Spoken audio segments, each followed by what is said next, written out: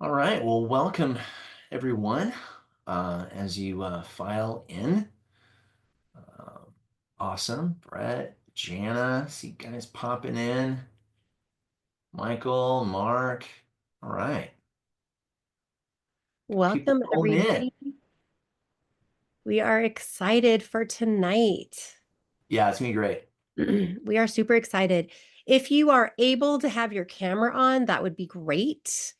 We'd love to see you. If not, we understand. If you are not able to do that, that is totally fine.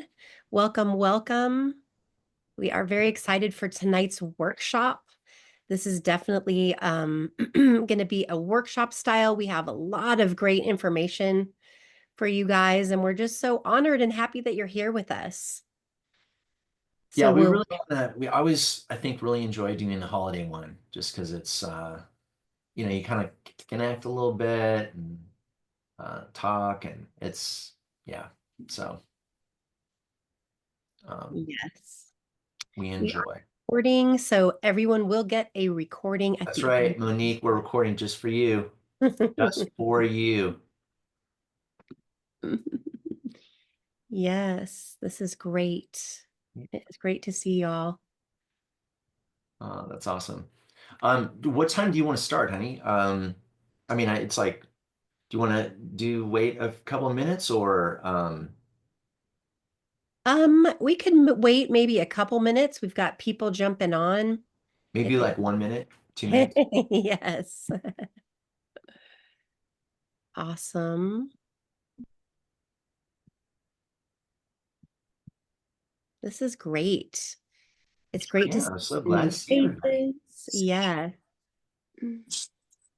Welcome, welcome.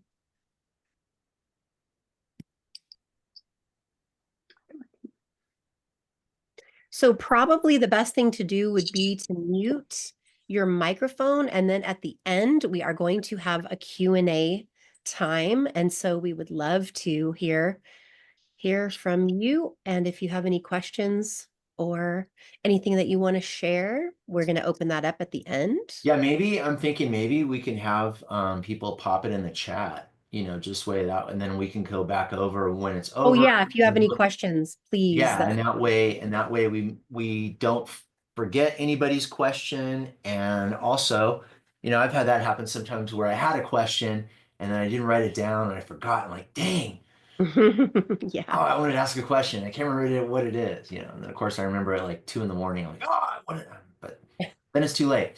It's over. So, anyways, yeah, maybe pop it in the chat and we'll definitely get to it at the end because we love questions.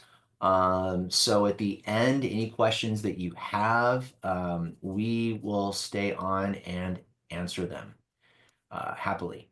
So let's go ahead and get started. Yeah. This is navigating the holidays in an emotionally healthy way. So if that is the webinar that you tuned into, you are in the right place. Let me just say welcome. We are really glad that you're here. And this workshop is for basically anyone who's ever felt the weight of the holidays. Anybody that? Yeah. No, not at all. Okay. Um, but this workshop really is to address that, and because the weight of the holidays carries with it, there's joy, there's memories, there's heartache. There can be a combination of the three.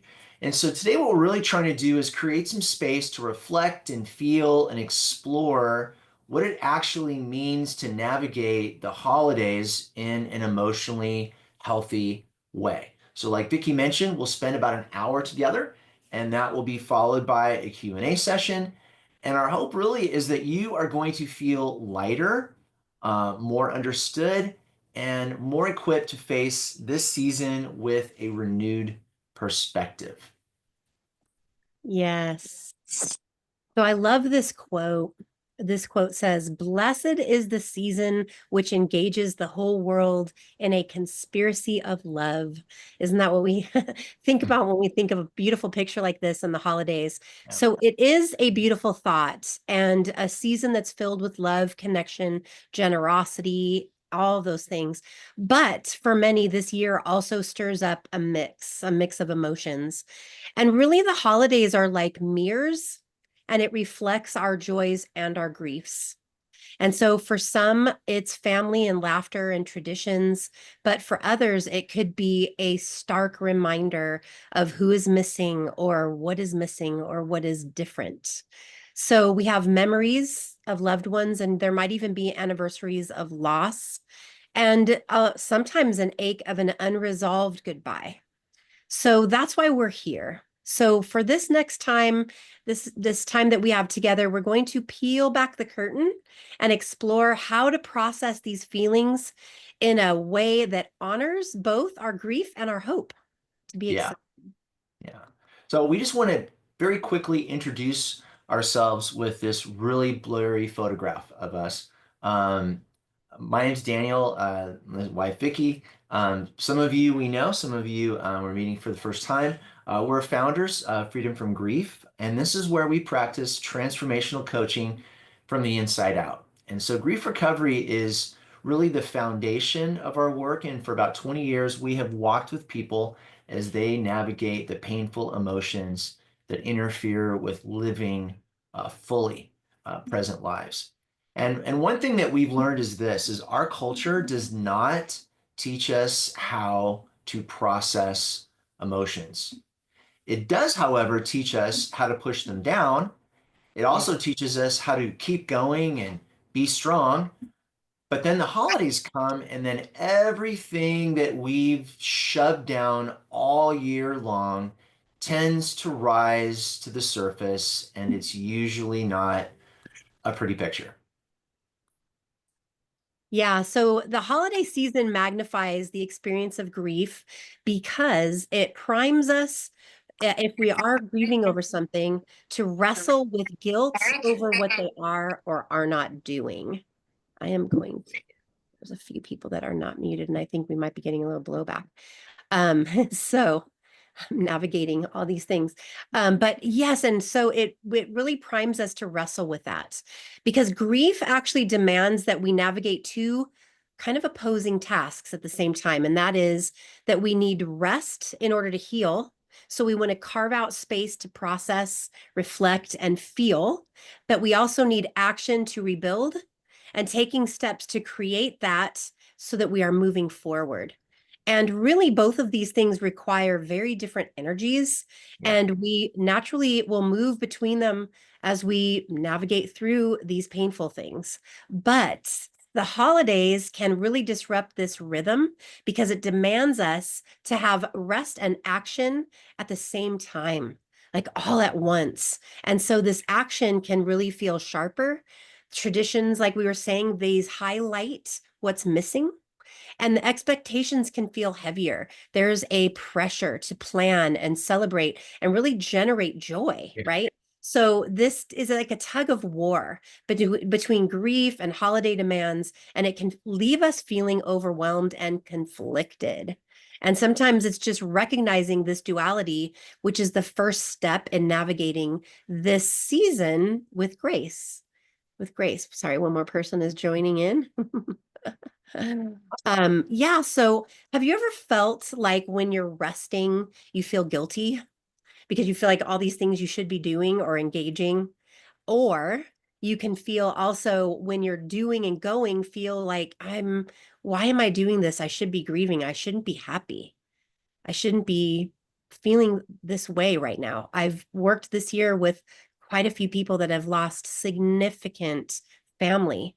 And when the holidays come, sometimes you wrestle with that idea like, how can I even be happy? Yeah. And that's a real thing. So it's really clear that this season can become a pressure cooker. And really, it's for impossible expectations. So we want to ask this question: what if we gave ourselves permission to be in one place at a time, to honor where we are without shame or guilt? It's a great question to think about. Um, and this is the reason. Statistics show that during the month of December, uh, we'll experience a 15% increase in people seeking help for emotional struggles of any kind. Mm. Recovery communities also see higher relapse rates. And that's because the holidays don't just invite joy, they amplify everything that we are already carrying, for better or for worse.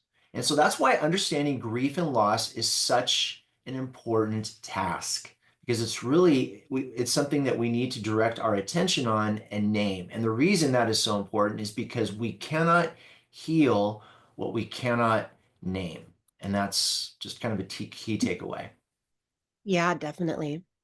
So before we get into the emotional aspect of the holidays, we want to first take a minute to just talk a little bit about grief and understanding what grief is.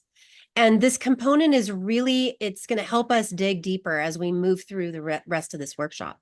So grief is the normal and natural reaction to loss of any kind. And it's grief that most of us carry is almost always about undelivered communication. So when you think about that, it's communication that we have locked inside, that we have not been able to say, and it lives inside of us, and it keeps us what we call emotionally incomplete. And really what happens is we've been taught to intellectualize our emotions, and we're oftentimes led to believe that it is not normal or okay to show emotion. Did you ever grow up in a home that said, if you're going to cry, go to your room? Or if you're going to cry, I'll give you something to cry about. There's these subtle and not so subtle ways that we learn from a young age that our emotions are actually not welcome or not okay. And so we tend to struggle with these feelings because we don't know what to do with them, because we were never, most of us were not given a safe place to have them.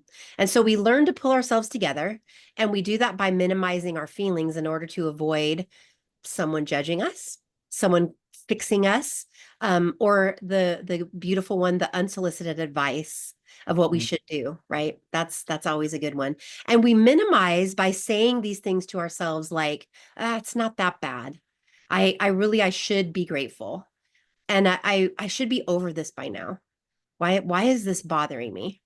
And so we suppress our feelings, but this doesn't make them disappear. It just buries them deeper. And that just adds to our emotional load. So there's a whole host of feelings attached to these communications, and they can range from anger to pain to happiness and joy. And without expressing them, we carry them. And if we don't learn how to express them, we will carry them for a lifetime. Yeah.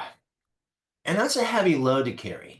Yes. And I think part of the problem is that many people think of grief or loss as something tied to death or divorce. So if you haven't experienced a death, if you haven't experienced divorce, like, oh no, I don't even have grief. I don't have any losses. No, I'm it doesn't even register. The truth of the matter is there's more than 40 different kinds of losses that we can experience in a lifetime. Mm. These include things like career changes, breakup of romantic relationships, moving, losing a pet, miscarriages, losses that we incur in childhood, like abuse, which causes a loss of trust, safety, or innocence. Growing up in an emotionally avoidant parent causes a loss of trust and safety, a loss of health, different phases of our lives, even empty nest, which Vicky and I are going through right now, and many more. So these are all the different kinds of losses that we're experiencing. But if we don't understand that that is a form of grief and loss, then we're going to approach it very differently. Remember, I said earlier, key point, you cannot heal from what you cannot name.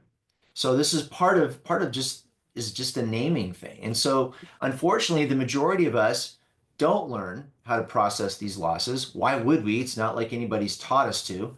We're not Right. raised in families that taught us, and we certainly don't live in a society that honors an emotional process. It's a, hey, get over it. It's been a Yeah. week, man. Come on, let's move here. So we are left with unresolved grief from these loss events, and they stack up. And almost everyone on planet Earth is grieving in some way. And if they don't process these griefs, loss, it just stacks. It doesn't go anywhere. Yeah, and this is a very powerful definition of grief. because I think it's unresolved grief is conflicting feelings caused by the end of a familiar pattern of behavior. So all of those things that Dan just talked about are examples of the way that things that are familiar to us can end. And for me, this was a real eye opener when I first heard this. And it helped me to understand so many situations that we face are grieving experiences. So when you think about it, every transition that you go through brings conflicting feelings. And we even want to say when you find that you can't put words to your emotional state, you are probably experiencing grief. It's those conflicting feelings.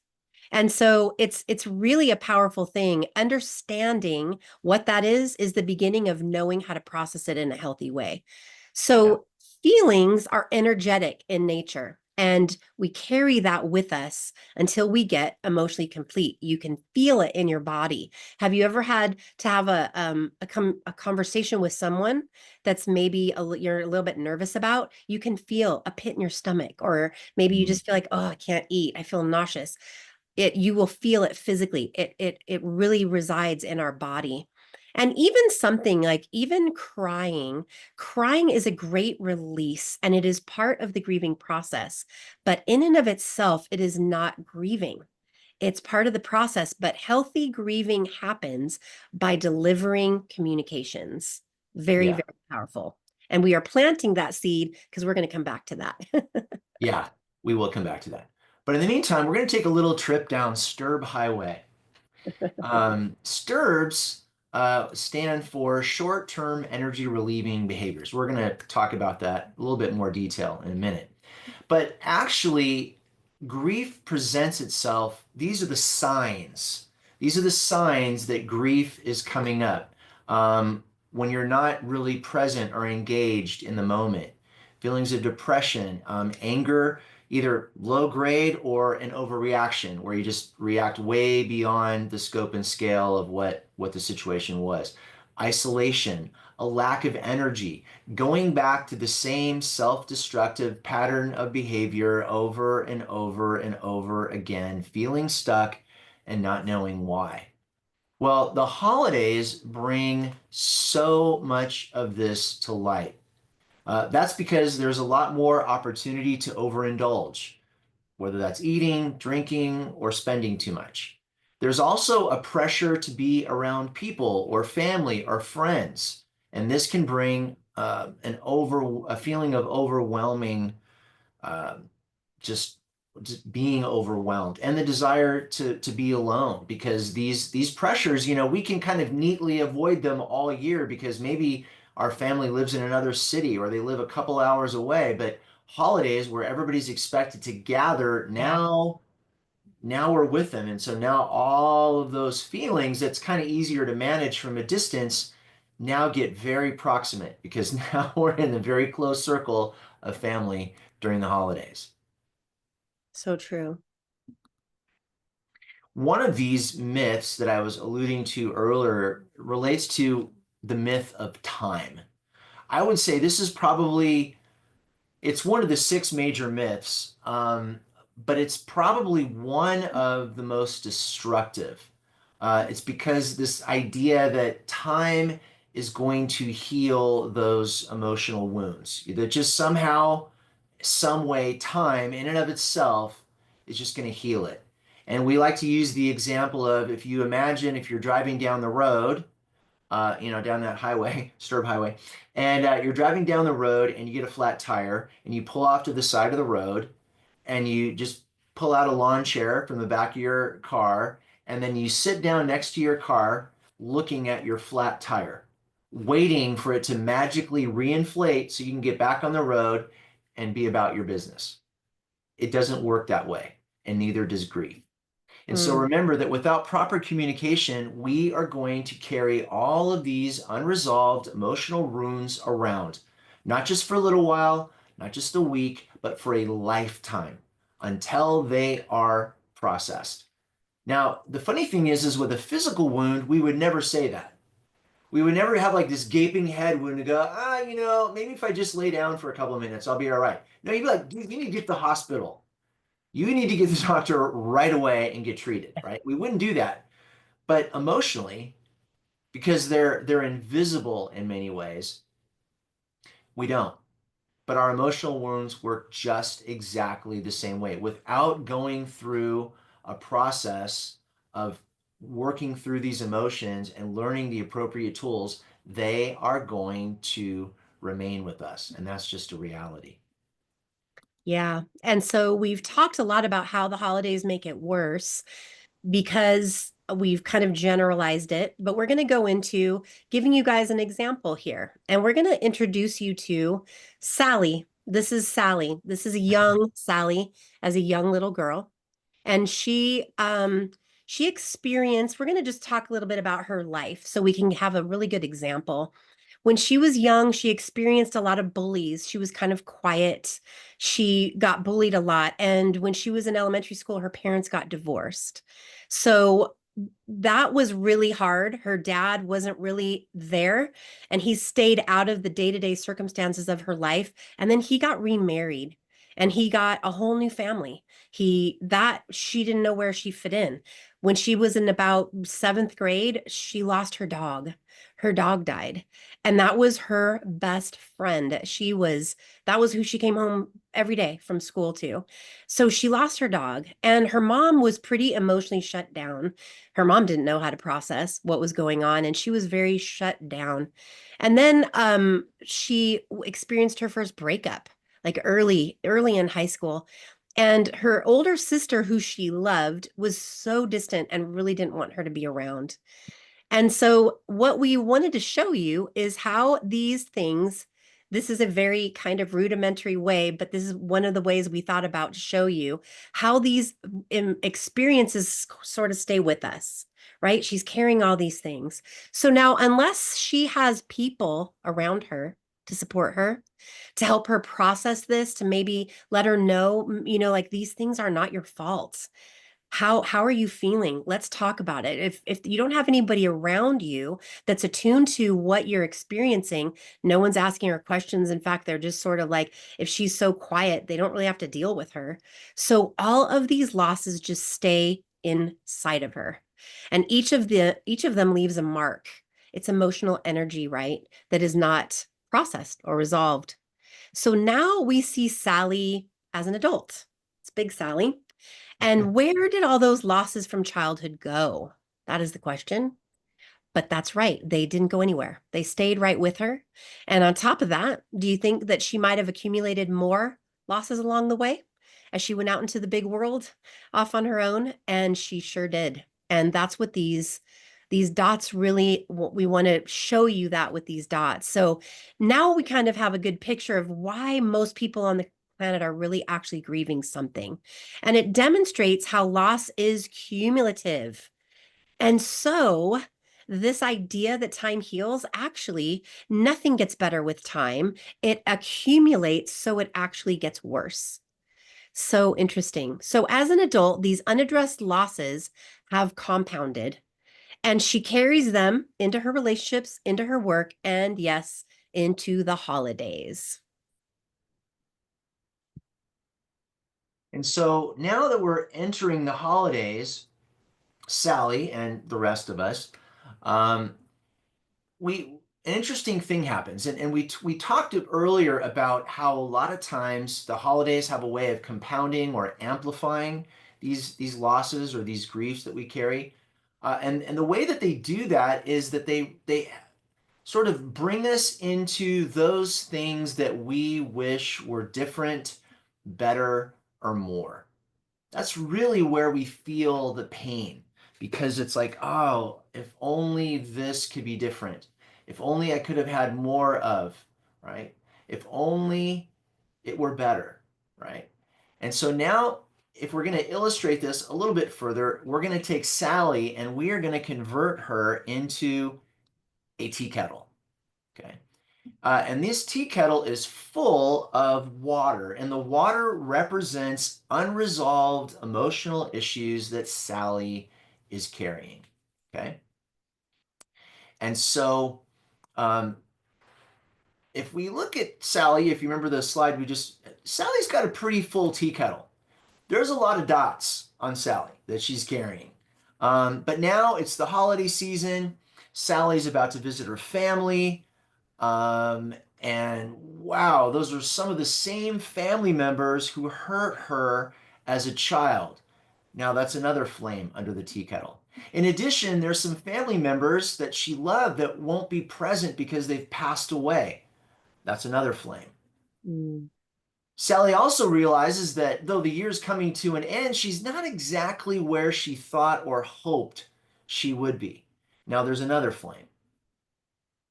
Then she's also reminded of an old boyfriend that, didn't work out with, and now there's another flame.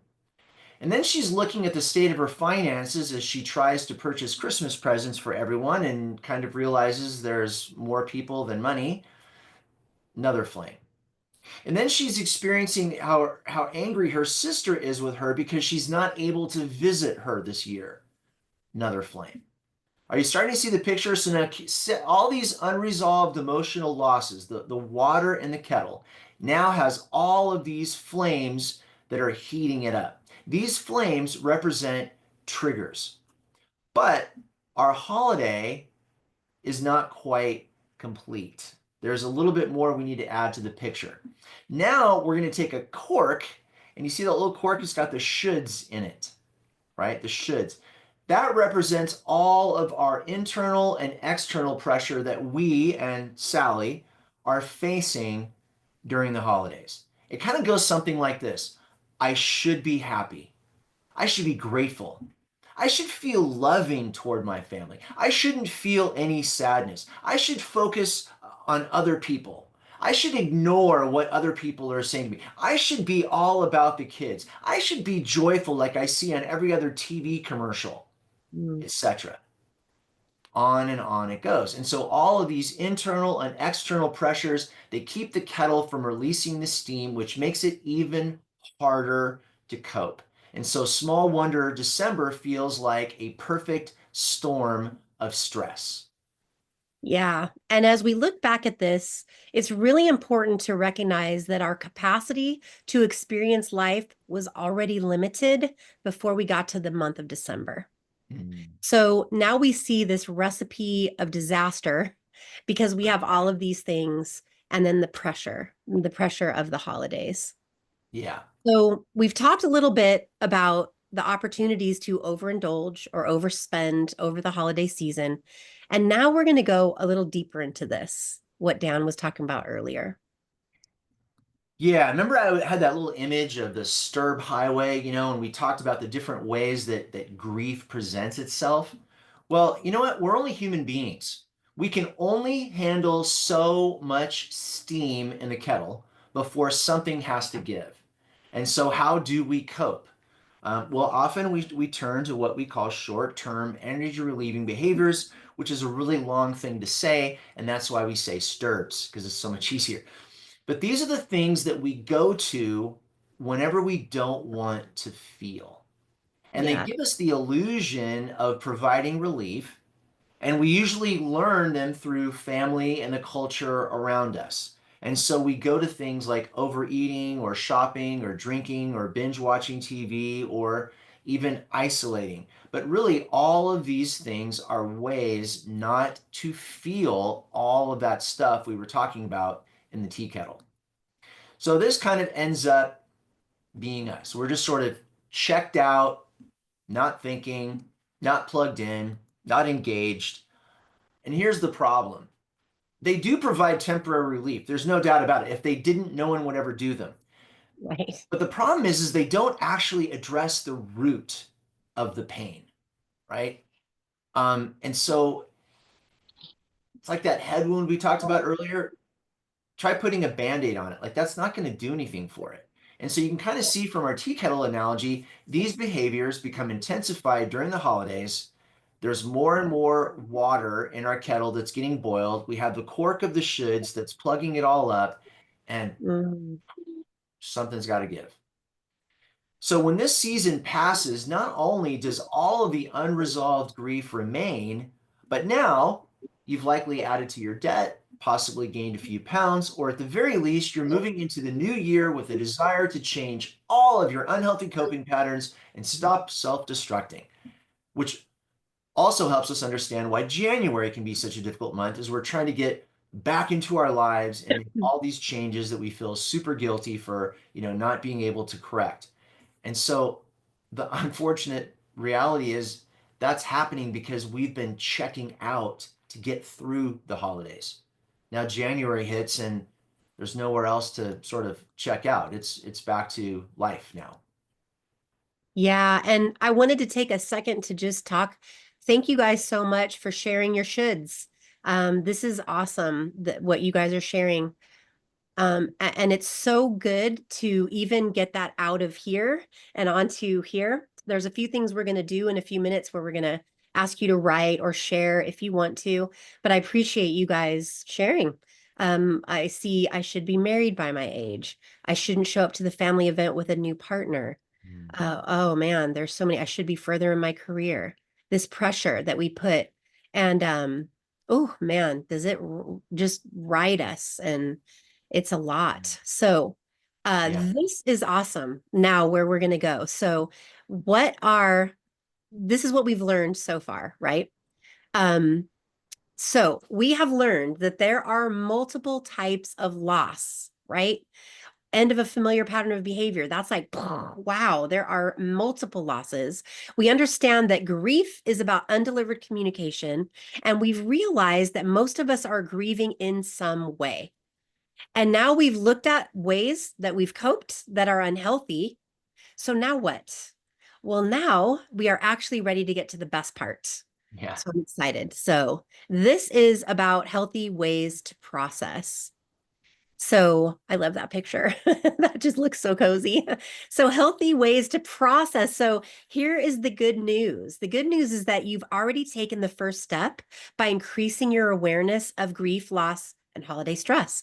And awareness actually paves the way to positive change. So the first one we're going to talk about is awareness and acceptance. So these two go hand in hand.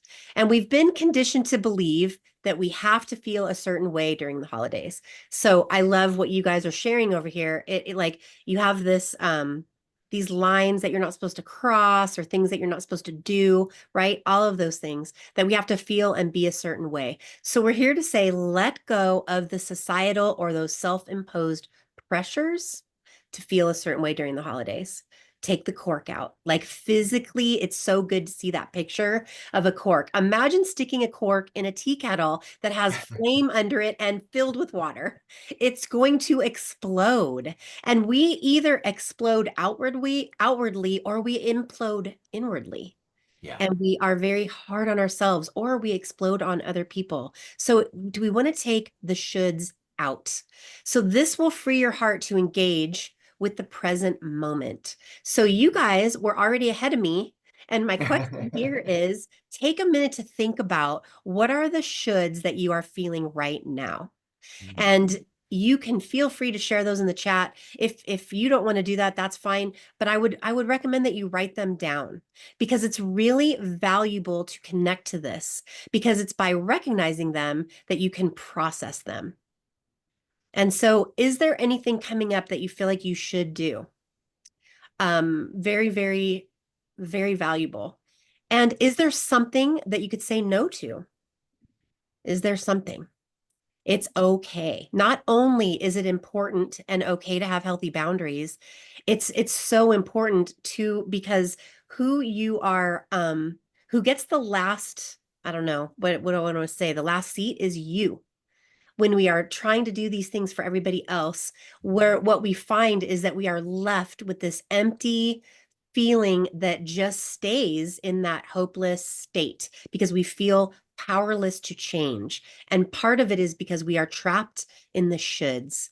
So it's important to be aware of what they are and then talk about them with someone who is safe, someone who's safe, who can support and help you. Yeah. So another one is to transcend your stirbs. You can actually change your relationship with your stirbs. So, now if you didn't recognize this before, you certainly do now. that stirbs are not a solution to grief. Right. They provide this fleeting relief that often brings long-term consequences. So, what we would encourage you to do is use your stirbs as indicators, not solutions. If you find yourself gravitating towards those behaviors, don't guilt yourself out. Don't do like shame mode and shut yourself down. Look at it like a window and Mm. then ask yourself, what am I avoiding feeling right now? And then write it down in a holiday journal or somewhere, like, just write it down somewhere, right? So that you can start processing your emotions constructively. Because, like I said, it's not like they go anywhere if we shut them down, shove them down, or try not to feel them. They just stack. So, the stirbs, right, like I said, rather than get embarrassed over it, just look at, oh, this is a window into, I've got a feeling here that is about grief or loss. What am I avoiding feeling about that? And then write that down in a journal. If you really want to change the habit of these old coping mechanisms, do something healthy for yourself. So take that energy and convert it into something that is positive. Maybe you're going to walk every day for 30 minutes, 40 minutes, whatever. I mean, it's not a time thing. This is not a fitness program. This is just, but it does. It's just getting out and walking helps interrupt. It helps kind of like a pattern interrupt. It gets you out of the pattern and the rut that you're in and you're thinking, and just even physical movement for, 20, 30 minutes can get you out of that. Maybe just do that a couple times during the day. Um, it really isn't, it's just anything that gets you out of your normal process. And so if you want, you can share in the chat maybe something that you are thinking about doing or want to do. um, but yeah, once you do that, and just make it stick. And so these responses are deeply ingrained in you, and it can feel kind of hopeless. But here's the encouragement: without getting too far into the weeds, there's something called neuroplasticity that enables us to, do our jobs, do whatever we do more efficiently. Well, that can happen in a negative way, and that's where we get into like bad habits. But what can be learned can be unlearned and then relearned. So the bad habits can be unlearned and good habits can be relearned. So that's really encouraging, because it isn't like, oh, it's etched in stone. This is your doom. This is what you're stuck with for life. Buckle up and hang in there, kind of a thing. No, there's actually the possibility of change, real change, not like a pie in the sky kind of thing. And so these neural pathways in your brain are going to pull you into the familiar Yeah. in order to feel comforted and protected. And that's exactly the point where it is possible to rewire those into healthy and positive habits instead. So this leads us to the next one. Yes. And before I move on, I wanted to answer Kathy. How about past shoulds? Should have spent more time with my mom when she was alive. Yes, these undelivered, these feelings of this kind of a thing is so powerful, and there's so much guilt about this. And the in the process of grief recovery, there is a way for you to. It's important for you to recognize that, say that out loud, and to forgive yourself. And we delve way more into that in the process, but that is so good. Thank you for sharing that. Absolutely. Those past things that we feel that we wish we could have done different. Mm. 100%. Yes. And we're actually going to talk about that a little bit. This next one, number 3, is called leverage your triggers. So, to remind you, this is important to remember. The flames that we were looking at did not put the water in the tea kettle. The water was already in the tea kettle, which so often we blame the triggers around us for the feelings inside of us. It's easy to blame others or blame our circumstances or situations. Yes, so we can mistakenly believe that if we just maybe steer clear of those family members that are Yeah. difficult, or sleep through the holidays, isolate them, we're taking care of our emotional health. But it's important to remember that the triggers don't create our feelings, but it exposes that. It exposes, oh, there's something there. And they help us to understand what is unresolved in our hearts. Mm. So we want to recognize that triggers often, they highlight areas that need healing. that are Mhm. saying, "Hey, I'm here. We need attention. We need attention here." Because remember, you cannot intellectualize your emotions. We can't think our way out. We don't heal our hearts with our head. We must feel them to heal them. We must first name them, and then we have to feel them. And so, another thing that we're going to call you to and put out there is write down what you're experiencing if you're feeling triggered. And a really good prompt, and Kathy, I would say this would be a good thing to do around this part of you, the way you're feeling about your mom, is to ask yourself, what do I wish was different, better, or more? Do I wish I could have spent more time? Is ask, what do I wish was different, better, more? Because this really helps you begin to connect to what you're actually feeling, and it begins to process your emotional truth instead of staying in those feelings of guilt or shame or hopeless anxiety, all those things. If you get down and ask, what do I wish could be different, better, or more? It really starts to help you connect to what's actually underneath there. And then you can process that. Yeah. Another is to talk with safe people. Yeah. Writing is good. We highly encourage it. We do it ourselves. But communicating with a safe person is even better. Yeah. So remember we talked earlier about how unresolved grief is undelivered communication of an emotional nature. This is what we mean by that, right? So take care of yourself. Part of self-care is setting time aside to talk with a safe person. Now, when we say safe person, what do we mean? We're talking about someone you can express your heart to without being judged. This will support you in processing through those feelings instead of stuffing them and then creating even more stress. Like I said, adding to the stack, so to speak. And so Hmm. many of you may have discovered that you have unresolved grief, and you've also started to recognize that it's limiting your life in some way. And so I know the tools we've explored here will give you some insight and they will help you navigate through the holidays. But we want to do a lot more than just sort of survive our lives. We actually want to thrive. Yeah, definitely. And these are so good. What you guys are sharing over here, what you wish you Mhm. could, yes, what you wish was different, better, more, because that really helps you to connect to what you're actually feeling. Yeah. And it's so powerful. Remember when we said unresolved grief is undelivered communication. So just by processing these out loud with us, it's helping your heart to connect more.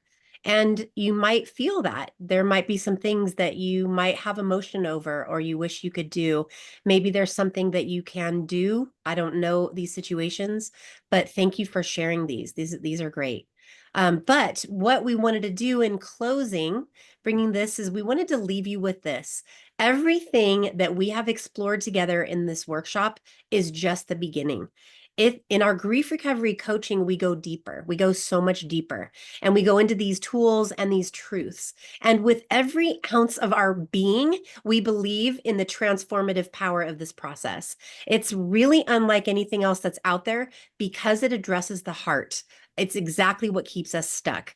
So if you're longing for change, whether it's breaking free from the self-sabotaging patterns we talked about, cultivating healthier relationships, or maybe it's stepping boldly into the next chapter of your life. Maybe you are ready for an to go up, to break the glass ceiling, so to speak, that you've been under. We know that this process offers a path to true healing, and it equips you to confront and release whatever wounds have held you back.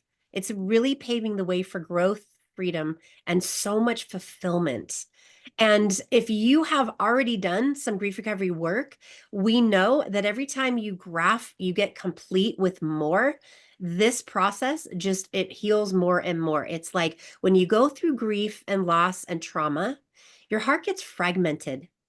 And we really see, we get to witness this all the time. And we've had it in our own life that the fragmented parts of our heart gets brought back together. That is wholeness and that is healing. And Mhm. so we love that we confidently say we know that this is so equipping. And so we also want to mention that if you are in a program of recovery, a recovery of anything, any kind of addiction, anything like that, even therapy, really, that if you're not addressing the unresolved grief in your life, you are not getting to the root of your struggles. And until you face that grief, true freedom will actually remain out of reach. And we know, we believe, and we are here. And if you are here, there's no coincidences, and we are speaking this over you. You were created for so much more, to live in freedom, to live in joy, and to live in purpose. And like Dan said, this is not just about survival. It's about thriving. It's stepping fully into the life that you were meant to live. And we are here to walk with you every step of the way. So if you're ready to break through, and it's a perfect time because we're just about to step into a brand new year. And a lot of times that's where people feel super motivated and ready to do that. We want to help equip you to soar. And so the best thing to do, we're going to stay on here. We're going to have some Q&A. We'd love to hear, but you can set up a call with us. We are so available to talk. We do free consultation calls, and we would love to hear about your story. We would love to hear more about your life, what you're experiencing now, and we would love to set you up to experience these life-giving tools of grief recovery. And after this, I should have probably put the link in the chat, but our Calendly links, but you will receive an email when we're done, and it will have a link to connect with us. You're also going to get a gift. We have a little kind of like a quick guide, and it will have some of the tools that we talked about tonight as a reminder of how to navigate your emotions during this holiday season. And we're so excited that you're here with us and super honored, because we know, especially in this very busy season, we appreciate your time, and we are very honored to do this work. So thank you for being with us. And Yeah. it's time for any questions at all, or even anything that you want to share. Yeah. If anybody wants to go more into some of the stuff they've already posted here. Yeah. We should probably scroll back through the chat just to make sure if there's any questions in there, we address them. Um, but I think it's just, the good news is that you don't have to stay stuck in the cycle. Like we talked about, healing begins with acknowledgement, simply saying, this is where I am, and it's okay. Mhm. And then healing continues with communication with yourself. And if you're a person of faith, with God, naming your grief, sharing with someone safe, inviting his presence into your pain can transform the way that you navigate this season. So um, it's just an exciting time. But let's see. Did you see? I'm I scrolling through. see from Mark how to manage the triggers. Okay. Yeah, you know what? I think that's a great question, Mark, because there's no, oh, three simple, easy steps to like successfully managing all your triggers. That there's no such thing as that. But what there is though is a greater awareness of what those triggers are, naming them, acknowledging them, um, not letting yourself go into like guilt or shame over it, but rather really embrace this as a window. Like, oh, I'm being triggered by that. I overreacted to something, or I said something before I even realized the words were out of my mouth. And then using that as a window into, wow, what's underneath that? What's that all about? And start getting really curious about that. And again, until the emotions are processed, the thing that inspired the trigger isn't gonna magically go away, but an awareness can help you manage it better, so that it isn't just, oh, I overreacted, now I'm gonna beat myself up because I did that. It's like, oh, okay, what's going on there, and what can I learn about what's happening, because that didn't come out of nowhere, it came from somewhere. And so I would just say that's the main thing with the triggers is look, use them as windows into what's going on. Yeah, and I wanted to add to that too, is that the process of grief recovery, what we do when it's an 8-week program, and part of the process is that we are going to uncover all of the deep wounds, all of the things that you've experienced in your lifetime, and you're going to get an opportunity to really express around that. Um, and thank you, Monique. I'm not sure what that is. Maybe that's awesome. um, but what I was going to say is, and then what you do is you are going to get emotionally complete with a foundational relationship in your life that like a parent or a caregiver. And what we find is that the triggers that we experience as adults, they have a root in our childhood. They have a root in the way that we were brought up, because what happens is oh, thank you. Yes, that is the page. Sorry. Monique, that is the right link. Thank you so much. If you want to post that, that's awesome. That is Monique is posting the link to set up a consultation call with either Dan or I. Thank you so much, Monique. Really, I should hire you. So, but to go back, sorry. Because what happens when you get emotionally complete on that level is you will find that triggers that happen in life will not have the same weight to them. You will not be tethered to them in the same way. One of the gifts that you get from getting emotionally complete and processing through is the ability to be present in the moment. And what I mean by that is that ability to get to where you're triggered by something and you can say, okay, you have the ability to say, I'm being triggered. There's something, instead of a knee-jerk reaction and reacting in the same way, because remember, our brain takes us to where we're safe.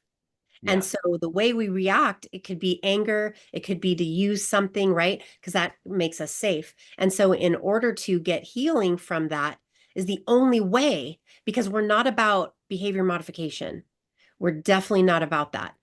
It's, we don't want to white knuckle it and try to not do something. We want to live free from that, free from all those things. And we find that as you do that foundational work, the triggers will not have the same pull on you, and you will have an awareness, and you will be able to kind of follow the fruit to the root, so to speak, and say, okay, this is the fruit that is happening. Well, how do we get down to the root? So for the holidays, for now, it's about, journaling, because you want to write it down, and then talking to someone else about it, getting connected to, okay, this is what happened. Maybe I'm triggered by the situation, but what do I wish could be different, better, more about this? I wish this wasn't happening this way. I wish I could spend it with this person. I wish, so that you can really get that clear. And then you can share that with someone who isn't going to fix you or tell you that you're wrong or that you should be doing it differently. I hope that makes sense. But the process is amazing. And if somebody wants to unmute themselves, feel free. You don't just have to put it in the chat. You can unmute yourself if you want to ask a question, or there's a few of you on here that have gone through the grief recovery method. And if you want to share anything about your process, how things are different for you now, that would be great too. Aw. Can you walk us through Sally wanting to sleep through December just to get through the holidays because she misses her parents? Ooh, yeah, I feel that. Yeah. Well, I think that sometimes you have to also listen to your body and to your heart. And maybe you need to sleep. Maybe you just need to do things that are just nurturing to you and doing something that could really honor them. And honestly, this is another thing that's coming to my mind. When you do grief recovery, and what we do is, like I said, focusing on a foundational relationship, it is such an honoring thing to do for that relationship. It really brings so much. We say what you get not just is completion, but a new emotional relationship with that person.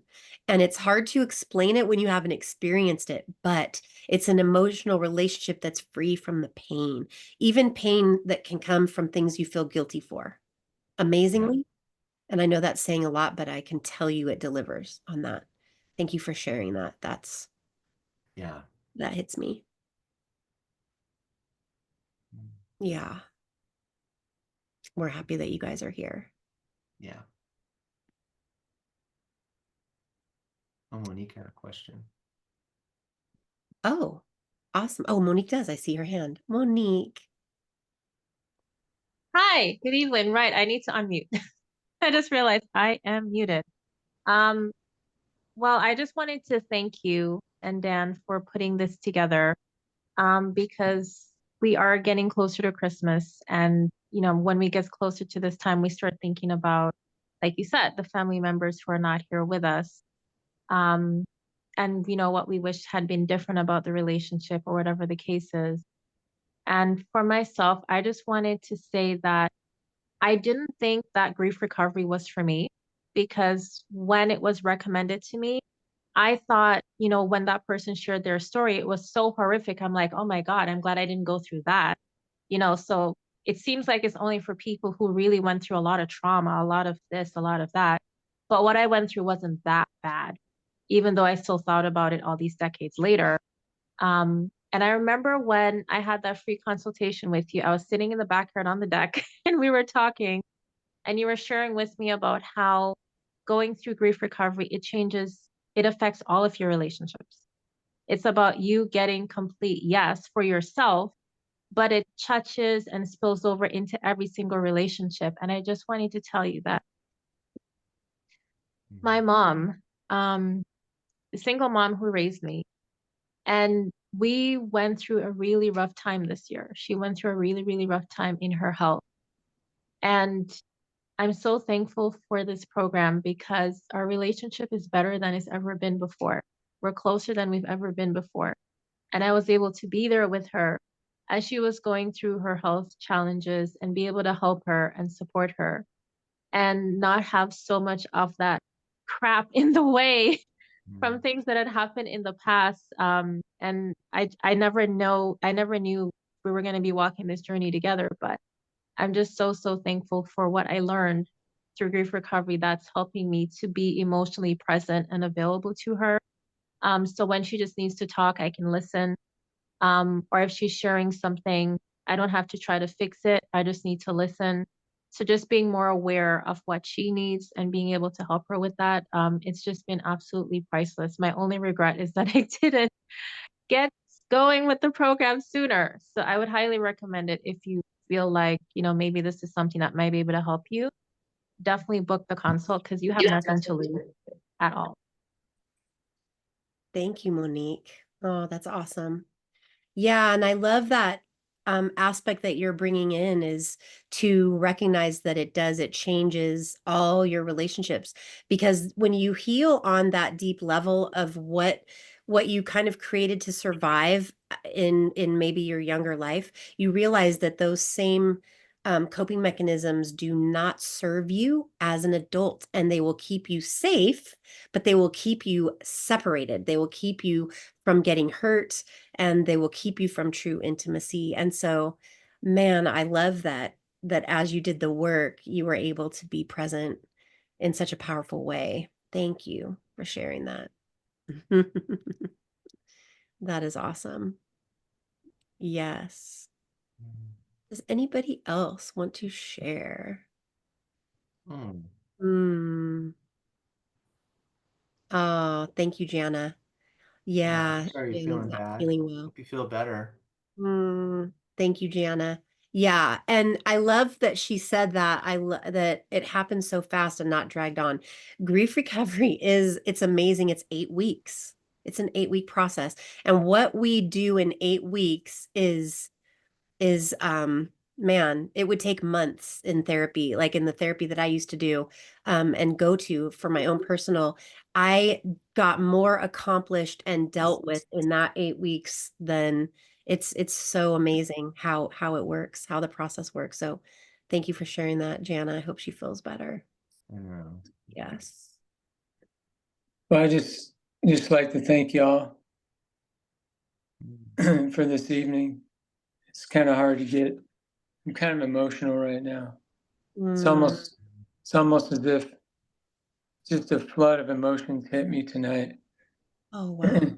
And like the scabs of some wounds, kind of unpeeled or whatever. So, but excellent information, and I do appreciate it. I'm not feeling too good this evening, but I'll get better in the morning. But yeah, the emotional side of things, affects you physically as well. Oh yeah. It has an impact on your physical, but it's all going to be good. It'll be a new beginning tomorrow. But yeah, it's like a lot of stuff hit me all at once Mm, about what you guys talked about. Different losses, loss of my dad, haven't got over that. Dealing with my mom yeah. and lots of some health conditions and just a whole myriad of things. I wasn't going to say anything, but I just wanted to share with you. Thank you all for the information. I definitely need what you guys have. Brett, thank you. I'm so Yeah, thank happy you, that Brett. you jumped on tonight. Mm. That was a divine appointment, your text earlier. And I was just like, hey, we're having this. So I'm so happy that that intersected and that worked out. And we would love to talk more, but we love you. Thank you Thank for you. Yeah, thank you for sharing. Yeah, Excellent information. thank you. I'm looking forward to getting whole. Yeah. Yes. Thank you so much. That's awesome. Thank you, Vicki. Yes. Yes. Does anybody else have any question?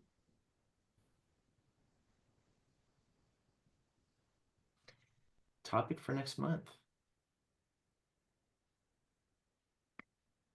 Good question. Oh my gosh, we were just talking about that. We do a webinar every month. We do a free workshop, and every month it has a different topic. And last month we did on transitions.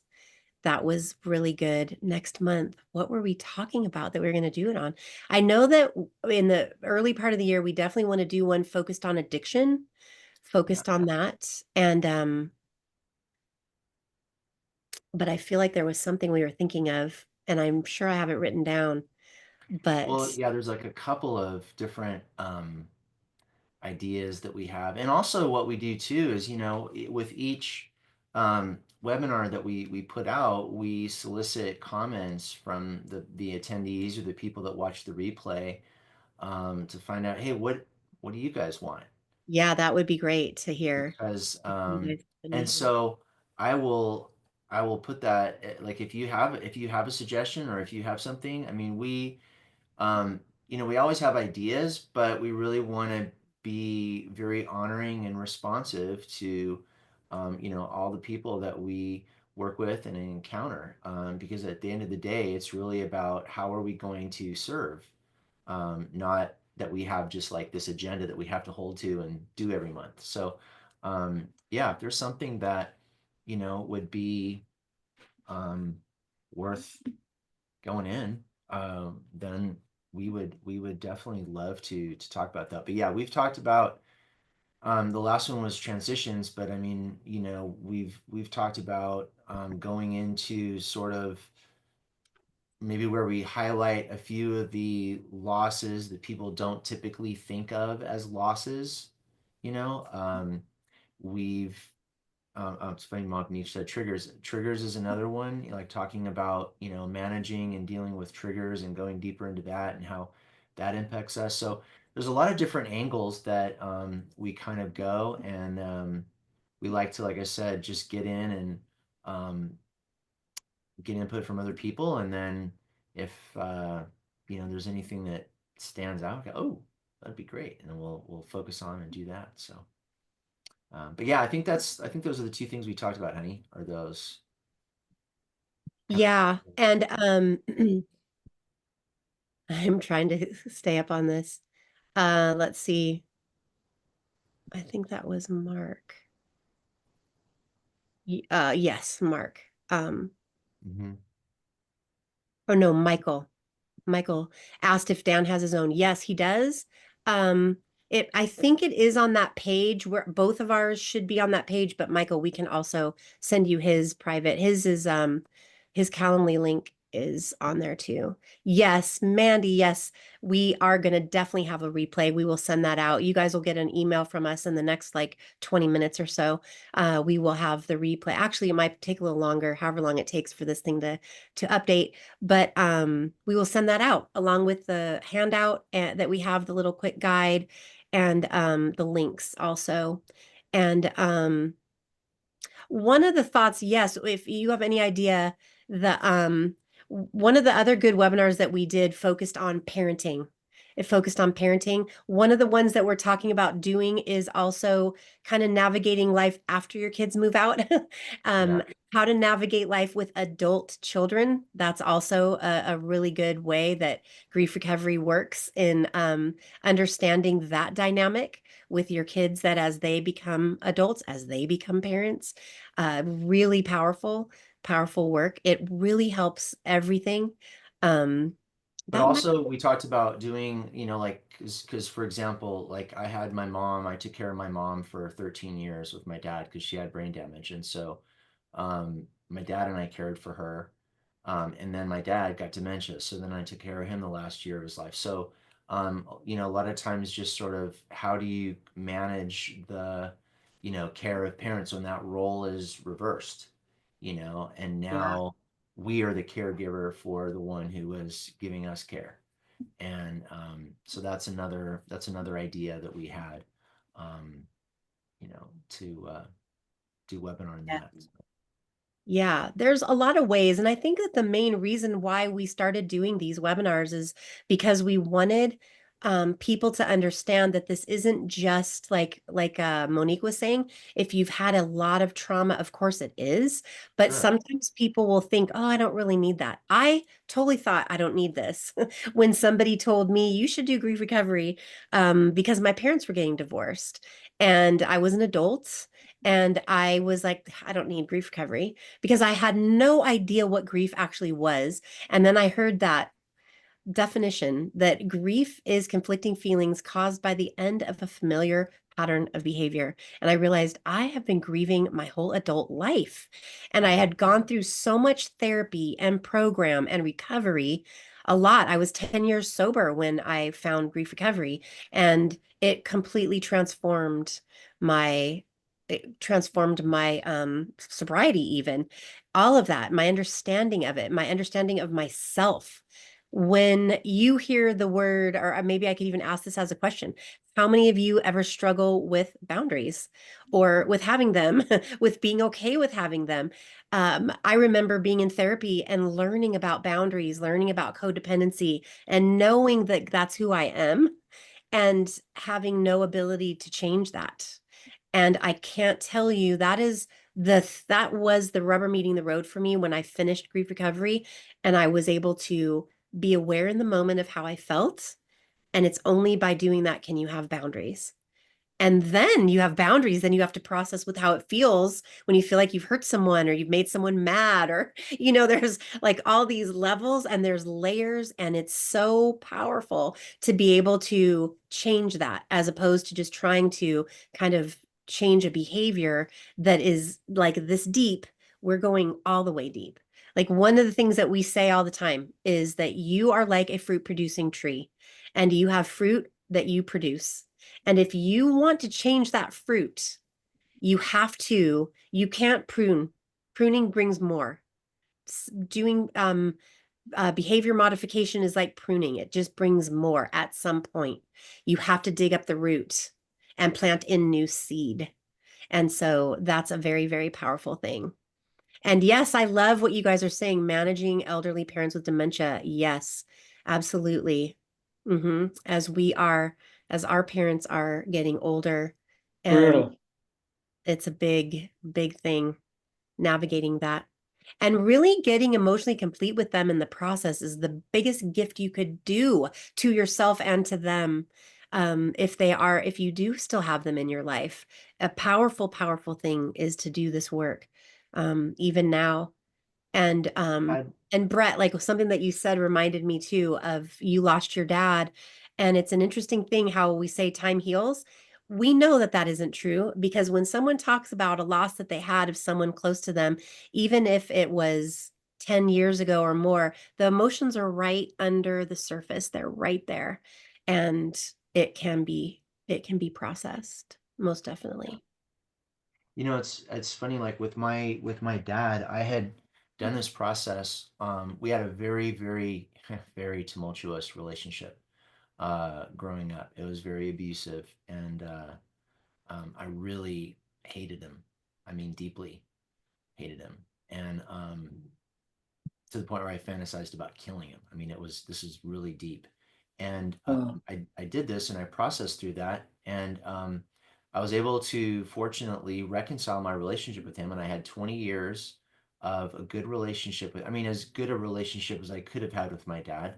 Um, and then when he had dementia, I had a year with him, exactly 1 year, and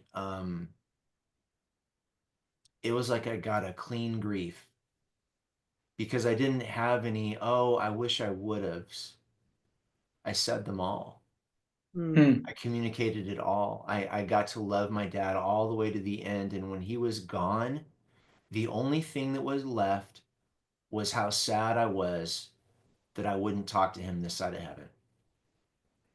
That's it. I just Mm. missed my dad. Mm. And there wasn't all this other stuff attached to it because I had processed it. Yeah. And the cool thing about it is that whether my dad was alive or whether he passed away, that's still possible. Like it isn't something like, oh well, if they've passed away it's too late.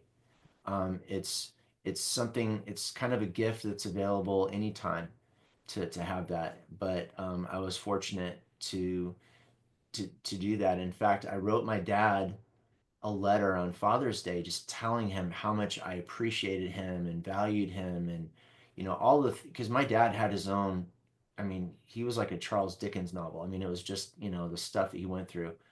Um and telling him all the things I valued and appreciated about him. And I've seen my dad in my entire life cry twice. Mm. Once when my mom died, and once after he finished reading that letter. Mm. And the only thing that he could choke out for several minutes was, my whole life has been worth it. Mm. And it was a Yeah. gift. It was a gift. And I had a minute where I'm like, I because it wasn't attached, right? It wasn't attached to a bunch of anger. My dad had safe passage in my heart. So I was able to go back into all of those things that my dad had said and done in the past and look at it like, wow, I can't believe all that happened. And I just wrote that letter to him. And it was amazing. It was like a gift. Like, wow, to That's go from cool. one to the other. It was just, I have no words. It was just, but it was amazing. And That was I'm divine. grateful.